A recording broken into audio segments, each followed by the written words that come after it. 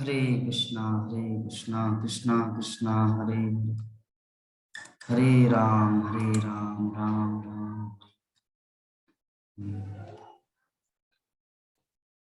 तो हम लोग डिस्कस कर रहे थे कि कुंती महारानी पिछले श्लोकों में क्या बताएं। कुंती महारानी यही चीज बोले कि इस संसार में या ये जो हमारी हस्तिनापुर की संपत्ति, ये राजगद्दी, ये सब कुछ किसके फल स्वरूप है? क्योंकि भगवान श्री कृष्ण का चरण कमल यहाँ पे उपस्थित है। जब ये चरण चिन्ह नहीं रहेगा, जब भगवान श्री कृष्ण यहाँ हम सबको छोड़ के चले जाएंगे, तो ये संपन्नता, ये धन धान्य सब कुछ मिट जाएगा, बेकार बन जाएगा, कुछ इसका अर्थ ही नहीं है। तो कल तो चरण के बारे में बताए, और आज क्या बोल रहे कुंती महारानी? आज का 40 नंबर श्लोक में, 40 नंबर श्लोक में कुंती महारानी वर्णन कर रही है कि ये सारे नगर सब प्रकार से समृद्ध हो रहे। क्यों? ये सब उन पर आपकी कृपा दृष्टि पड़ने से ही हुआ है। कृपा दृष्टि, दृष्टि मतलब नजर, और कृपा मतलब करुणा, अहेतु की कृपा। तो भगवान श्री कृष्ण ये कृपा दृष्टि दिए है जगतवासियों को, जिसके कारण क्या क्या हो रहा है? वृक्ष फलों से लदे हैं। हाँ, हम लोग श्रीमद् भागवतम के 12 स्कंद में, 12 स्कंद में जानेंगे कि भविष्य में ऐसा दिन आएगा, नदियों में पानी नहीं रहेंगे, सूख जाएंगे नदियां, वृक्ष में फल नहीं रहेगा, और धान के खेत में धान के सिर्फ भूसा निकलेगा, चावल नहीं निकलेगा। ठीक है, और भी बहुत कुछ जो प्रेडिक्शन, भविष्यवाणी किया गया है। तो ये कब होगा? घोर कलियुग जब आए। तो अभी क्यों ये सब मिल रहा है? क्योंकि अभी भगवान की कृपा है जगतवासियों के प्रति।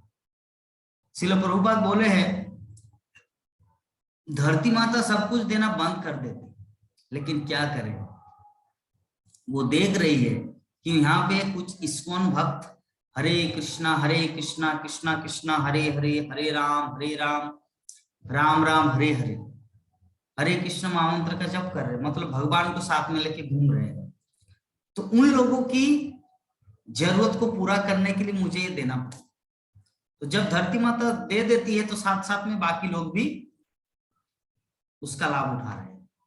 इस संसार में जो संपन्नताएं हैं, इस संसार में जो सुख, समृद्धि, आनंद, शांति जो मिल रहा है, इसके पीछे एक ही रीजन है, भगवान की शुद्ध भक्त इस संसार में है। भगवान श्री कृष्ण इस वहां पर हस्तिनापुर में उनकी कृपा दृष्टि थी। उसी प्रकार हम लोग हरि नाम जप कर रहे, जिसके कारण भगवान की कृपा दृष्टि हम पर है, और भगवान श्री कृष्ण की कृपा दृष्टि हम पर है, जिसके कारण ही हम लोग खा रहे हैं, पी रहे हैं, जी रहे हैं, सुख शांति से जीवन जी रहे हैं। एक ही कारण है, भगवान श्री कृष्ण के हेतु की कृपा हम लोग प्राप्त कर रहे हैं। तो श्रील प्रभुपाद इतना सुंदर भाव से समझाए ये जो तात्पर्य में, ये जो मानव संपन्नता है, ये प्राकृतिक उपहारों से बढ़ती है। ये कल कारखाना, फैक्ट्री, कंपनी, ये सब चीज से मानव संपन्नता जो है ये नहीं बढ़ती। प्राकृतिक उपहार, मान लीजिए आपके घर में, एग्जांपल देते हैं, आपके घर में एक 4 चक्का गाड़ी है, 10 तला बिल्डिंग है, उसके बाद अच्छा नौकरी है, लेकिन घर में कुछ खाने को नहीं है। नंदकिशोर माता जी क्या करेंगे? वो घर में कुछ खाने को नहीं है, बैंक में 4-5 बैंक में रुपया है, ठीक है, बहुत बड़ा ताला बिल्डिंग है, अच्छी नौकरी है, लेकिन घर में चावल नहीं है खाने का, बाथरूम में पानी नहीं आता, किचन में पानी नहीं आता, पीने का कोई साधन नहीं है। तो कौन सा इंपॉर्टेंट है हमारे जीवन में? प्राकृतिक संपदा या औद्योगिक कारखाना, कल कारखाना? प्राकृतिक संपदा। तो प्राकृतिक संपदा क्या है? कुंती महारानी यहाँ पे मेंशन कर दी कि नदियों में पानी बह रही है।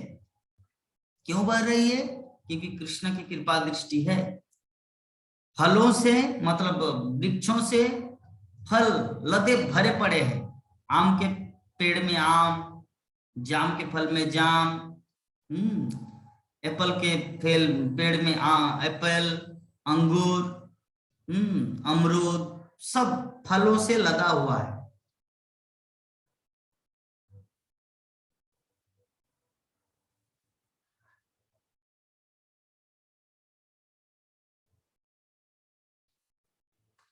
एक सेकंड, मुझे तो दुख लग रहा है कि मायापुर में भी इस तरह का गाना बज रहा है। ये मायापुर का बात है, कहाँ का? ये लक्ष्मी, ये जो गाना आवाज आ रही है कहाँ से आ रहा है? हाँ, इधर से की सारी आवाज। वो सुकुमार प्रभु की बिल्डिंग का? क्या पता, फिल्मी गाने बजा रहे हैं तो मेरे को भी आश्चर्य लग रहा है। माँ से वही बोल रही थी, मैं तो पहली बार देख रही हूँ, सारदा में मायापुर में फिल्मी गाने। ये तो मुझे भी आश्चर्य था। मायापुर में भक्त लोग कीर्तन बजाते हैं, कीर्तन वाले बुला के कीर्तन को बिठा कीर्तन कर रहे हैं।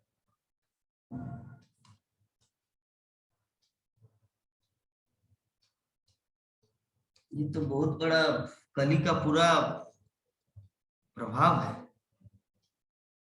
ये तो पहली बार है, मैं 7 साल से मायापुर में पहली बार देख रहा हूँ। थोड़ा मेरा मोबाइल लाओ तो 1 मिनट के लिए, 1 मिनट के लिए मोबाइल लाओ।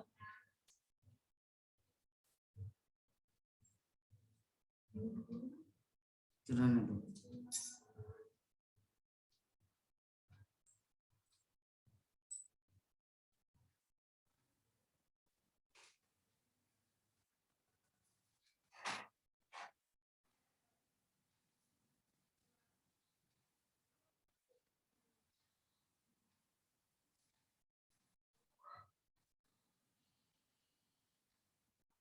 হরে কৃষ্ণ প্রভু, এই যে গানটা বাজছে মানে ফিল্মি গানা, বলিউড সং, কোন জায়গা থেকে বাজছে বলুন তো? কোন বিয়ে বাড়ি? রেণু মাতাজির বিয়ে বাড়িতে?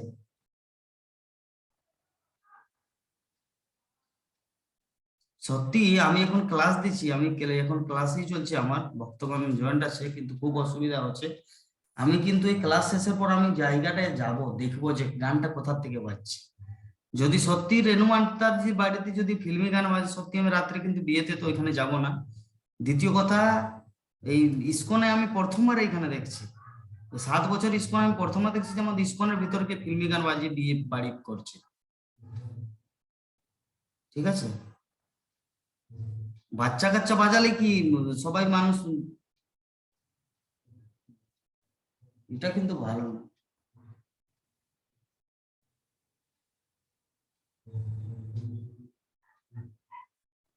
আমি ওনাদেরকে কল করছি, আমি সুকুমার প্রভুকে একবার কল করছি, আমি এখনই কল করছি। ঠিক আছে, হরে কৃষ্ণ। আর 1 মিনিট ভক্তগণ দাঁড়ান।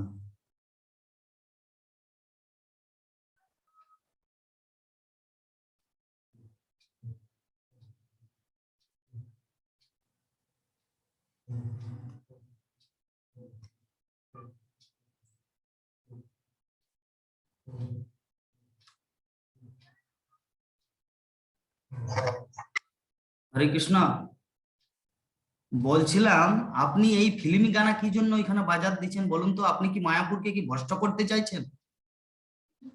আপনি কি মায়াপুরকে কি ভ্রষ্ট করতে চাইছেন নাকি? ও কি গান বাজাচ্ছে ওনারা? হাম ইয়ার হে তোমারে, দিলদার হে তোমারে, হামসে মিলা কর। তো আপনি কোথায় আছেন? ওই তো আপনার আওয়াজ শোনা যাচ্ছে ওই ওই জায়গা থেকে, হেলো চেক, হেলো চেক।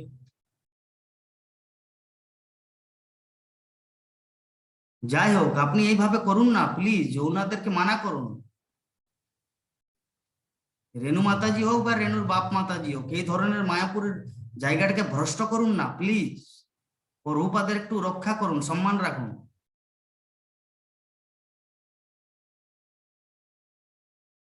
হ্যাঁ,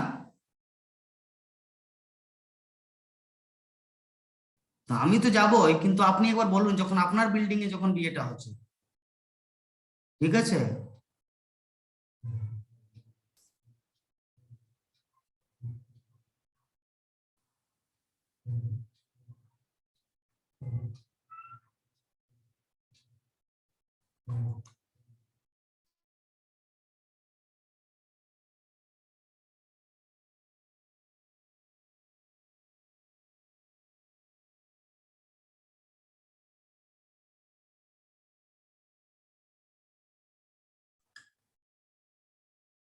हाँ, तो भक्तगण हम लोग चर्चा कर रहे थे कुंती महारानी के ऊपर।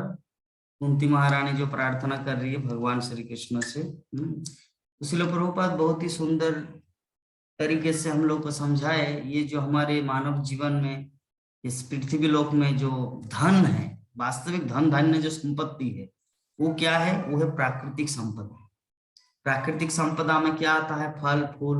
अगर मान लीजिए आप खेती किए, आप ट्रैक्टर से खेत को मतलब ये किए, आपको हल चलाना नहीं पड़ा, लेकिन अगर उसमें कुछ फसल ना हो तो, धान लगाए, धान अगर ना हो तो कुछ सब्जी लगाए, बैगन, फूल गोभी, बांधा गोभी, कुछ भी हो, लेकिन वहां से अगर कुछ उत्पन्न ना हो, कुछ फसल ना हो, तो अल्टीमेटली किसके ऊपर है डिपेंड? भगवान कृष्ण के ऊपर। कल हम लोग डिस्कस किए थे चंद्रमा। चंद्रमा कृपा करते हैं, चंद्रमा आपका रोशनी रोशनी अपना जो उष्मा सुधा वर्षण करते हैं, जिसके कारण वो फल फूल साग सब्जी इतना सुंदर, इतना स्वादिष्ट बनते हैं। तो ये सब किसका प्रतिफल है? ये सब नेचर, प्रकृति की देन है। तो ये जो हम लोग देख पा रहे हैं, ये जो संसार में विशाल औद्योगिक संस्थान, ये सब क्या है? श्रील प्रभुपाद बोलते कि ईश्वर विहीन सभ्यता के प्रतिफल है, और वे मानव जीवन के कल्याणकारी उद्देश्यों का विनाश करने वाले। हमारे मानव जीवन जो है, मानव जीवन, मेरा तो अभी माइंड, सच में भक्तगण, मेरा तो अभी माइंड क्लास जैसे ही खत्म होगा मैं शादी के पंडाल में जाऊंगा। अभी मेरा मन अभी इधर नहीं है, मुझे इतना मन विचलित कर दिया। 5 बजेगा तो डिस्कनेक्ट करके सीधा चले जाऊंगा शादी में, वहां पे जाके जो शादी करवा रहे हैं उनके पास जाके मिलूंगा, है ना। अरे प्रभुपाद नहीं है तो क्या, वो उसका प्रतिनिधित्व है। इस तरह कोई कुछ भी अच्छा नहीं है ना। अभी बंद कर दिया, अभी फिल्मी गाना बजाना बंद होगा, अभी दूसरा धुन चल रहा है, ट्यून। कितना लाखों लाखों हरे कृष्ण महामंत्र है, धाम है, धाम की मर्यादा को रखो। कलिजुग का जो ये है ना, ये किसी को नहीं छोड़ता, धामवासी तक को अटैक कर लेता है। नंदकिशोर माता जी, आप समझ रहे हैं ना मैं क्या बोल रहा हूँ? जी। ये धामवासी तक को अटैक कर लेता है। कली का प्रभाव इतना ही, क्या करें। इसीलिए हर क्षेत्र में गाइडेंस का जरूरत होता है। अभी मैं पहले जीबीसी यहाँ के जो मेंबर है उनसे बात करूंगा, उसके बाद मैं वहां पर जाऊंगा। तो जो भी है, हम लोग जो डिस्कस कर रहे थे वो हमारा कंटिन्यू होना चाहिए। क्या किया जाए? संसार जैसे कहते हैं ना कि खुद सुधरो जग सुधरेगा। वो जो क्या, पंडित रामाचार्य शर्मा जो गायत्री परिवार से एक कोटेशन हम कहीं पर देखे थे कि दूसरों के बदलने की, दूसरों को बदलने की कोशिश मत करो, खुद सुधरो जग सुधरेगा। स्वयं को सुधारो। तो क्या विवाह माता जी, आप तो वहां से दीक्षित है, शायद आपको कोटेशन पता होगा, पंडित रामाचार्य सर। हाँ, हम सुधरेंगे जुग सुधरेगा। हाँ, हम हम सुधरेंगे सुधरेंगे जुग सुधरेगा। वही करना है। लेकिन फिर भी कभी कभी परिवेश, देश काल पत्र विचार करना है। मान लीजिए अभी हम एक पंगु बाबा की तरह कुछ नहीं कहे, तो इसका मतलब मैं हिंसा कर रहा हूँ। अरे हो सकता है नादानी बस। अभी जिसको हम फोन किए, मानवेंद्र प्रभु जी को, मनोहर बलदेव प्रभु को, तो बोले कि जो बड़े बड़े हैं वो सब सो रहा है, बच्चे लोग बजा रहे इसीलिए तो मुझे जाके बच्चे को बोलना पड़ेगा। तो ऐसा है जगत। तो अल्टीमेटली हम लोग जो इस संसार में देख रहे हैं, ये जो जन सामान्य वर्तमान जो परिस्थिति, वर्तमान परिस्थिति जो असंतोष का कारण, असंतोष जो फैल रहा है संसार में, जो इतनी कष्टप्रद स्थिति, ये क्यों है? इसके पीछे एक ही रीजन है, एक ही कारण है, वो है ईश्वर विहीन सभ्यता। क्योंकि कोई भी अपने जीवन में भगवान श्री कृष्ण को सेंटर पॉइंट में नहीं रखा है। हर कोई अपनी इंद्रिय दीप्ति को सेंटर पॉइंट में रखा है। हमारी कान क्या चाह रही है? फिल्मी गाना सुनना। बल्कि कान को क्या सुनाना चाहिए? हरे कृष्ण महामंत्र का धुन, कृष्ण कीर्तन सुनाना चाहिए, कृष्ण की विभिन्न लीला कथाओं को सुनाना चाहिए। लेकिन कान सुन रहे ये सब झंझट की बातें। तो झंझट ये सब जो सुनाई दे रहा है, तो ये क्या होगा? हमारे जीवन में दुख ही लाएगा। दुख की बातें सुनोगे तो दुख ही मिलेगा ना। सुख की चीज भगवान श्री कृष्ण क्या है? आनंद है, सच्चित आनंद। तो सच्चित आनंद जो स्वरूप है भगवान श्री कृष्ण, अगर उनसे हम लोग कनेक्ट होंगे तो हम लोग भी आनंदित होंगे। और कृष्ण को छोड़कर बाकी जितने सारे इस संसार में वो सब दुख है, चाहे फिल्मी गाना हो, जो भी हो, जो वर्तमान में चल रहा है, औद्योगिक big big company, big big factory, ये सब इस सब इन सभ्यता का प्रतिफल है। श्रील प्रभुपाद तात्पर्य में लिख रहे हैं। तो अगर हम लोग इनसे पूर्णतया अटैच होंगे और कृष्ण से दूर, तो हम लोग को क्या मिलेगा? अंत में दुख ही मिलेगा। दुख से समझौता करेंगे तो दुख ही मिलेगा। हाँ, और अगर आनंद से समझौता करेंगे तो आनंद मिलेगा। तो आनंद कौन है? कृष्ण, सच्चित आनंद। सच्चित आनंद। तो सच्चित आनंद से जैसे हम लोग जुड़ेंगे तो हम लोग भी आनंदित होंगे। तो वही सच्चिद आनंद भगवान श्री कृष्ण का ये स्वरूप है। क्या? श्रीमद् भागवतम, हरे कृष्ण महामंत्र, और बाकी उपस्थित मतलब क्या बोलते हैं, जितने सारे भगवान से रिलेटेड नवदा भक्ति के जितने सारे साधन है, श्रवण कीर्तन। तो कुंती महारानी ये सब वर्णन कर रहे कि ये जो अन्न, वनस्पतियां, फल, नदियां, रत्नों तथा खनिजों से पूर्ण पर्वत हम लोग देखते हैं विभिन्न जगहों में। बोकारो फेमस क्यों है? स्टील सिटी के कारण। धनबाद फेमस क्यों है? कोयला के कारण। जमशेदपुर टाटा स्टील फेमस क्यों है? लोहा के कारण। मायापुर फेमस क्यों है? इस्कॉन या चैतन्य महाप्रभु के कारण। वृंदावन फेमस क्यों है? भगवान श्री कृष्ण के कारण। तो ये जो यहाँ पे कुंती महारानी जो वर्णन की कि खनिजों तथा रत्नों से पूर्ण है पर्वत, अन्न, वनस्पतियां, फल, नदियां, सब मुक्ताओं से, मतलब समुद्रों में क्या है? समुद्र के अंदर मुक्ता, हीरा, माणिक सब भरे हुए समुद्र। ये क्या है? ये सब प्राकृतिक वरदान है, गिफ्ट ऑफ नेचर, नेचर का गिफ्ट है। तो ये कौन सप्लाई करता है? जिनकी पूर्ति परमेश्वर के आदेश से होती है और उनकी इच्छा के अनुसार ही प्रकृति उन्हें प्रचुर मात्रा में उत्पन्न करती है या उनका अभाव ला देती है। भगवान श्री कृष्ण जब इशारा करते हैं कि अभी प्रचुर मात्रा में खनिज दो, प्रचुर मात्रा में अन्न, साग, सब्जी, नदियां, जल, पहाड़, पर्वत, सब कुछ प्रचुर मात्रा में दो, तो प्रचुर मात्रा में प्रकृति दे देती है। और जब भगवान इंडिकेट करते, इशारा करते कि अभी यहां से छीन लो, तब अकाल, भूकंप, बाढ़, अकाल में सूखा, मतलब 10 साल से पानी नहीं बरस रहा, अकाल पड़ गया एकदम संसार। तो प्रकृति क्यों करती है? भगवान कृष्ण की इच्छाओं से। तो यहां पर कुंती महारानी मेंशन कर रही है कि भगवान श्री कृष्ण आप यहां पर है इस जगत में, अभी सब कुछ कितना सुचारू रूप से चल रहा है। नदी, नाला, पहाड़, पर्वत, खनिज, सब कुछ भरा पड़ा है, किसी चीज का अभाव नहीं है। चलो, भक्ति सिद्धांत सरस्वती ठाकुर बोल रहे थे कि संसार में किसी भी वस्तु का अभाव नहीं है। सब्जी मार्केट जाओ, सब्जी भरे पड़े। चावल मार्केट जाओ, चावल विभिन्न वेराइटी, जो कितने सारे प्रकार का बन रही, बासमती, आपका नयनमणि, आपका और भी कितने सारे राइस का 12-15 प्रकार का राइस का अलग अलग वेराइटीज है। ठीक है। उसके बाद सब्जी दुकान, फिर कपड़े दुकान, हजारों लाखों भंडार है कपड़ों का। ठीक है। उसके बाद ड्रिंकिंग, पानी बोतल, विभिन्न सब कुछ है संसार में। एक चीज का अभाव है, वो है कृष्ण भावनामृत का अभाव। एक चीज का अभाव है, वो है कृष्ण भक्ति का अभाव। मतलब दुनिया में सब कुछ है, सब कुछ प्रचुर मात्रा में है, लेकिन कृष्ण भक्ति प्रचुर मात्रा में नहीं। हाँ, पर कृष्ण भक्ति प्रचुर मात्रा में नहीं है। अगर बोकारो में जाके सर्वे करेंगे कितना कृष्ण भक्त निकलेगा, करोड़ों जीव है, वहां पे निकलेगा तो 6-7 या 10 इस्कॉन डिवोटी निकलेगा। धनबाद में जाएंगे तो सर्वे करेंगे तो कितना निकलेगा, वो 20 निकलेगा।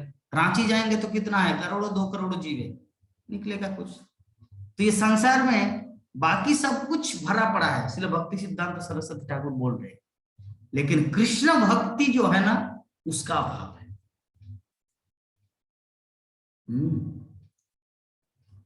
तो प्राकृतिक नियम ऐसा है, हाँ, इसलिए प्रभुपाद तात्पर्य में लिख रहे हैं कि प्राकृतिक नियम ऐसा है कि मनुष्य ईश्वर प्रदत्त वरदानों का लाभ उठाएं तथा प्रकृति पर प्रभुत्व जताने के उद्देश्य से शोषण की प्रवृत्ति छोड़कर संतोष धारण करके समृद्ध बने। ये जो प्रकृति पर शोषण मतलब, हाँ, ये जो पेड़ काटना, वृक्ष काटना, ये फैक्ट्री ये करना, चाषबास ना करके, कृषि कार्य ना करके बड़े बड़े कंपनी फैक्ट्री बनाना, ये सब क्या है, प्रकृति पर शोषण करना है।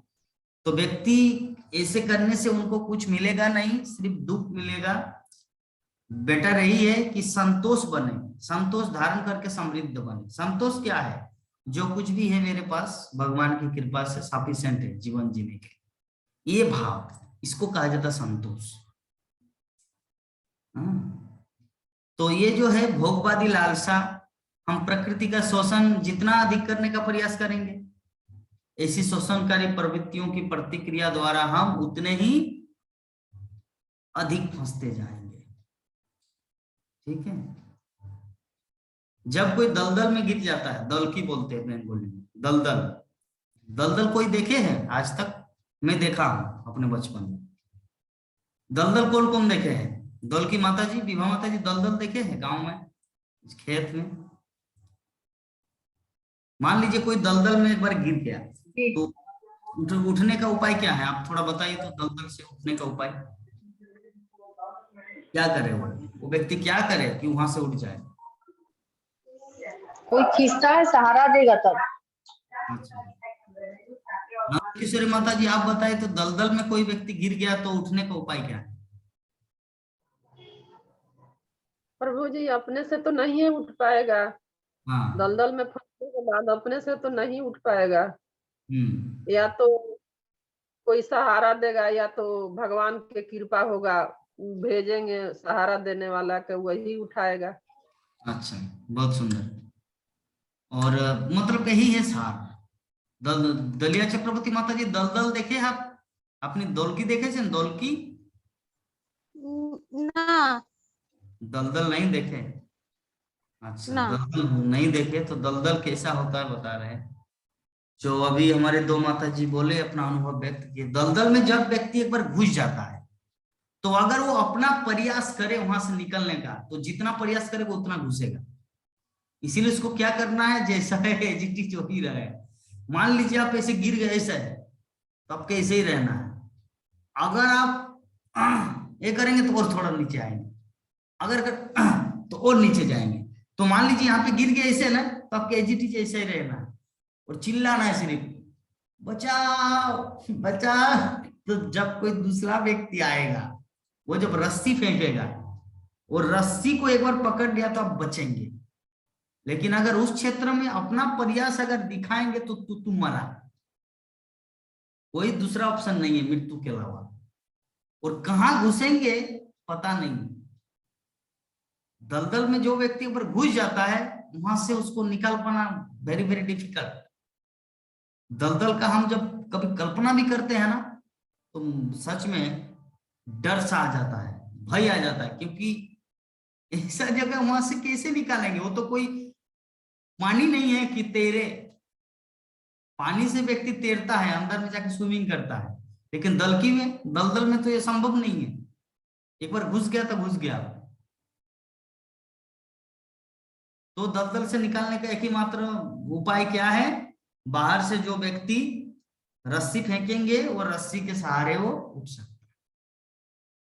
तो श्रील प्रभुपाद बताना चाह रहे हैं हम सबको, ये जो भौतिकतावादी कार्य है, जितना अधिक हम लोग भौतिकतावादी कार्यों में उलझेंगे वो फंसते ही जाएंगे। भगवान श्री कृष्ण हमारे लिए कितना कुछ करके रखे, प्रचुर मात्रा में अन्न दिए है, फल दिए हैं, शाक सब्जी तथा औषधियां दी है, तो फिर कसाई घर चलाने और दीन पशुओं का वध करने की क्या जरूरत है? ये जो कसाई खाना, स्लॉटर हाउस, पशुओं का वध करना, ये सब क्या जरूरत है बोलिए तो? क्या खाने को मिल नहीं रहा? अगर मान लीजिए अगर भगवान अपना, जैसे कल एक में 2 मिनट का एक चीज आया था व्हाट्सएप में, किसी ने भेजा था, एक वकील था, एडवोकेट, और एक क्लाइंट था। तो क्लाइंट को किसी ने फंसाया है और वो अदालत में चिल्ला रहे हैं कि नहीं मैंने ये गलती नहीं किया। आप कौन होते मुझे बोलने वाला? ये साइड वाला 2 कटघरा होता है, एक कटघरा में एक क्लाइंट है और एक दूसरे कटघरा में एक दूसरा क्लाइंट है। तो उसमें उनके साथ एक वकील है और इनके साथ एक वकील है। तो इनके साथ जो वकील है वो है डिफेंस। तो डिफेंस जो है, डिफेंस, तो वो जब कुछ बोल रहे कि नहीं सर ये फिर बिल्डिंग में गया, फिर वहां से वो माल चोरी किया, तो बोले कि आप कब देखे मुझे, क्या सीसीटीवी कैमरा लगा हुआ था? तो डिफेंस बोले कि अरे चुप रहो मैं हूं ना। तो जज बोले देखो, डिफेंस को बोले कि डिफेंस अगर आप अपने क्लाइंट का मुंह नहीं बंद करेंगे तो इसको यहां से निकाल दिया जाएगा, या कुछ ऐसे बोले। तो अभी डिफेंस बोले देखो, या तो आप ये केस खुद लड़ो, मैं अपना सामान पटरी उठा के मैं अपना घर जा रहा हूं, अन्यथा आप चुप रहो मुझे अपना कार्य करने दो। ठीक है? तो क्लाइंट ने माना और वो डिफेंस ने अपना कार्य स्टार्ट किया। तो बोलने का भाव यही है कि ये जो संसार के लोग, ये जो कसाई खाना चला रहे, अगर भगवान श्री कृष्ण अगर यही बात, डिफेंस वाला बात अगर कृष्णा जगतवासियों के सामने रखते तो क्या अच्छा तुमको सिर्फ मांस खाना है ना, सिर्फ मछली खाना है ना, तो ठीक है, मैं अन्न, फल, साग, सब्जी, पानी ये सब देना बंद करता हूं, हम देखते हैं आप सिर्फ मांस खा के कैसे जिएंगे।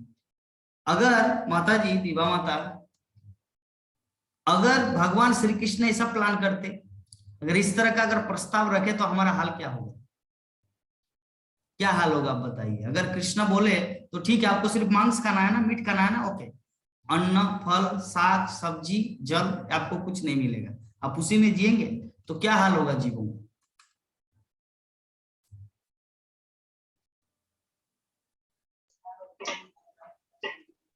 वो जीवित रह सबसे नहीं खा पाएगा कोई, हाँ, नहीं रह पाएगा, नहीं रह पाएगा तो तब वो नहीं रह पाएंगे, वो मरेगा। क्यों? क्योंकि वो जो मीट मछली जो खा रहे हैं ना, वो एक्चुअली खाद्य नहीं है, वो तो सिर्फ खा रहे अपनी इंद्रिय तृप्ति के लिए। जो हमारे जीवन निर्वाह करने के लिए, जीवन जीने के लिए जो चीज जरूरत है भगवान श्री कृष्ण ऑलरेडी हम सबको दिए है। आप अन्न, फल, साग सब्जी न खा के, आप मांस खा के कब तक जिएंगे? नहीं जी पाएंगे। ये तो घोर अपमान है कि अन्न के साथ मांस मिला के, मछली मिलाकर खाया जाता है। ये सच में लक्ष्मी के प्रति अपराध है। अन्न क्या है? साक्षात माँ लक्ष्मी है वो, है ना। भविष्य में इसका उठाना पड़ेगा। ये जो दुख कष्ट होता है, क्यों? व्यक्ति के अपने कर्म फल के अनुसार वैसा कुछ गलत कार्य करते हैं जिसके कारण प्रकृति उसे उस तरह का शरीर देते हैं, भविष्य में उसको नरक में भेजते हैं। तो जो भी हम लोग आज का जो श्लोक है, आज के श्लोक के माध्यम से हम लोग यही चीज श्रवण किए, यही चीज समझे कि इस संसार में भगवान श्री कृष्ण अपने भक्तों को, अपने पुत्रों को, जितने सारे जीवात्मा सब भगवान के पुत्र है, संतान है, उन सबको अपने जीवन भरण पोषण करने के लिए सब कुछ प्रदान किए हैं। लेकिन जीवात्मा फिर भी उससे भी संतुष्ट नहीं होते, असंतोष भरे रहते हैं और कुछ ऐसा कार्य करते हैं जो नहीं करना चाहिए, और जिसके कारण उसको दुख उठाना पड़ता है। तो हम लोग को श्रीमद् भागवतम से, ऐसे आचार्यों से, कुंती महारानी, भगवान की इस पवित्र भक्त से जो अनुभव हम सबको मिला है, उसको अपने जीवन में धारण करना है। अपने जीवन में आचरण में लाना है और उनकी शिक्षाओं को पूर्णतया अपने जीवन में उतारना है। एटलीस्ट हम जो समझे कि हमें पता है कि पाप नहीं करना है, कर्मफल भोग करना पड़ेगा, ऐसे ऐसा बाकी दुनिया जैसे हम सुधरेंगे जग सुधरेगा। पहले अपने से स्टार्ट करना है भक्ति का, क्योंकि कृष्ण भक्ति तो हर किसी को प्राप्त नहीं होता ना। ब्रह्मांड भ्रमित कोनो भाग्यवान जीव, गुरु कृष्ण प्रसाद पाई भक्ति लता बीज। इसलिए आपको जो मिला है बीज, तो बीज को पौधे का रूप दो, वृक्ष का रूप दो, भक्ति लता भगवत धाम में जाके पहुंचे, ऐसा प्रयास हमारे जीवन में हम सबको करना है। तो इस प्रकार ये जो स्लॉटर हाउस को लेकर प्रभुपाद जो निंदा किए हैं वर्तमान सभ्यता को, दिग्भ्रमित सभ्यता को, कि इतना सारा सब कुछ होने के बावजूद भी, फल साग सब्जी रहने के बावजूद भी लोग मांस मदिरा पीकर अपने जीवन को व्यर्थ गंवा रहे हैं। तो इसमें तो भगवान का दोष नहीं है, भगवान तो सब कुछ प्रोवाइड कर रहे हैं अच्छे पिता की तरह। अभी पुत्र 10 रुपया में जाकर सिगरेट खाएंगे या 5 रुपया का गुलाब जामुन खाएंगे, वो तो बच्चे के ऊपर डिपेंड है, पिता तो दे दिया। हाँ, तो कृष्ण सब कुछ प्रोवाइड कर रहे हैं, अभी हम लोग को सिलेक्ट करना क्या करना क्या नहीं करना। तो चलिए, इस प्रकार आज का हमारा जो श्लोक है यहीं पर हम लोग विराम देंगे। इस संबंध में अगर किसी भक्त का कुछ प्रश्न हो, कुछ क्वेश्चन हो, और जो सुबह जो लक्ष्मी क्लास दिए थे श्रीमद् भागवतम क्लास, नंद किशोर माता जी अब श्रवण किए? जी नहीं प्रभु जी, देखे तो माता जी के खत्म हो गया था, दे सुनेंगे रात में। अच्छा, अभी आप कहाँ हैं, पटना में या बोकारो में? प्रभु जी अभी तो पटने में है। पूरा पाटलिपुत्र में ही आप रहेंगे। चलिए, बहुत सुंदर। ने कह रहे हैं देख कब तक ही ले जाएगी, पहुंचाएगी। चलिए, हमारे विभा माता जी के सामने एक माता जी बैठी हुई है, उनका शायद कुछ प्रश्न है, तो हम चलिए माता जी का प्रश्न लेते हैं कि क्या प्रश्न है माता जी का। हरे कृष्ण।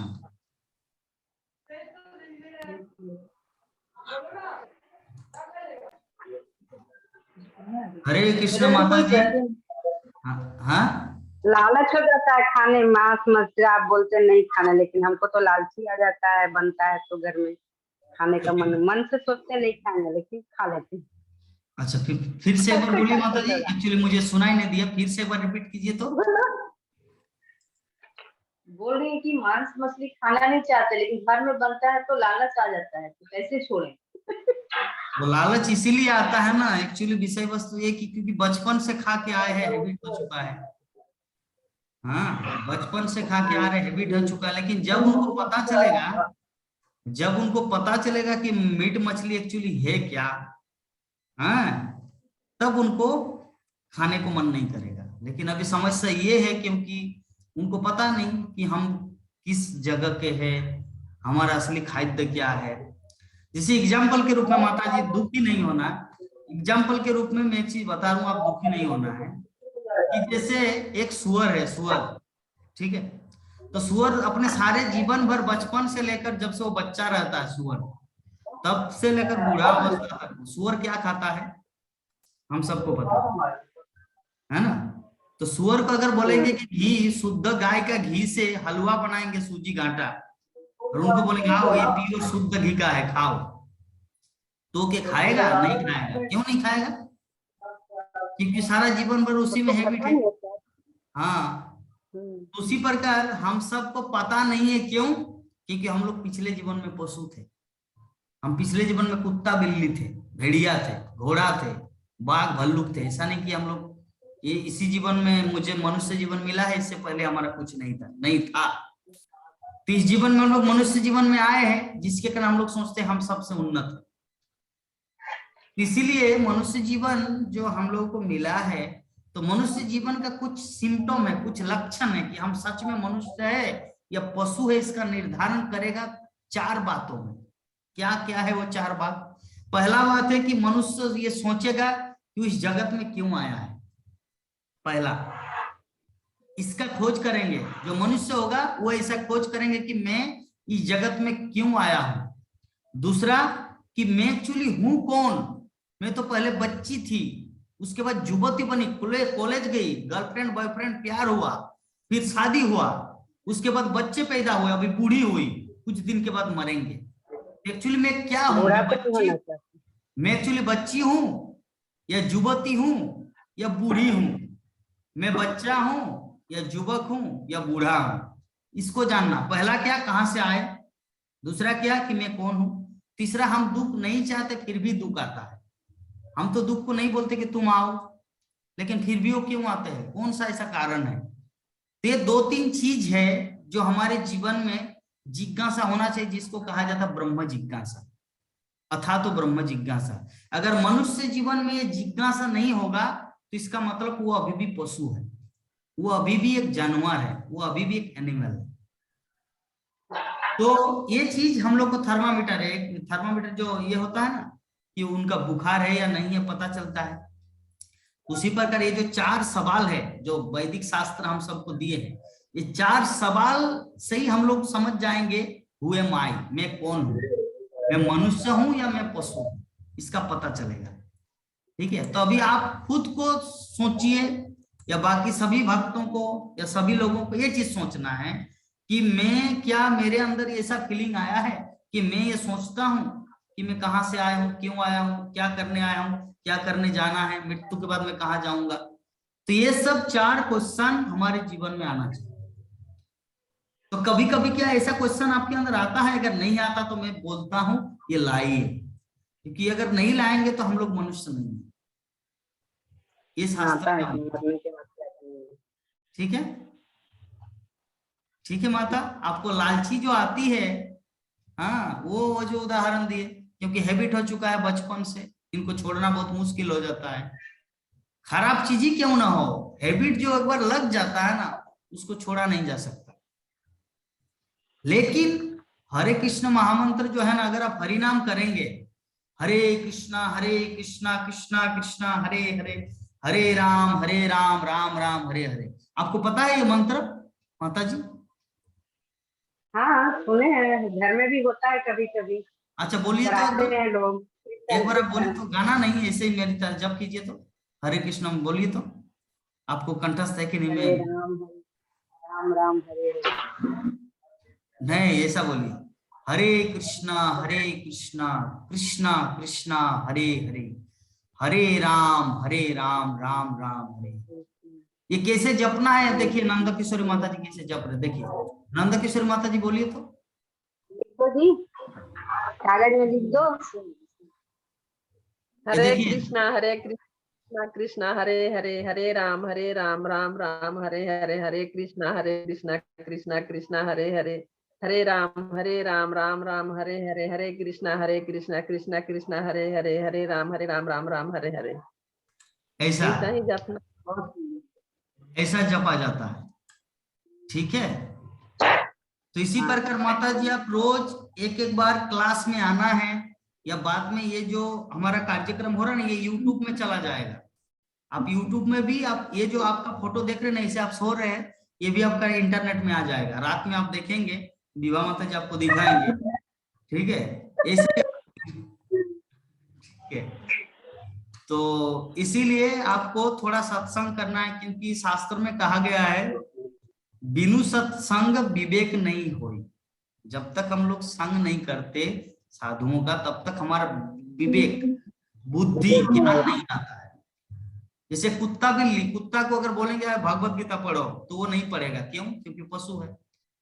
उसी प्रकार अगर हमारा मन, हमारा रुचि अगर भगवत कथा में नहीं आ रहा है, इसका मतलब हम लोग अभी भी पशु है, हम लोग कुत्ते हैं। पशु है, हम तो तो इसलिए हम हैं। लोग को कुत्ते जीवन से ऊपर उठना है।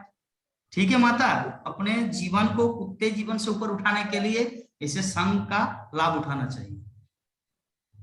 ठीक है, तो चलिए, और किसी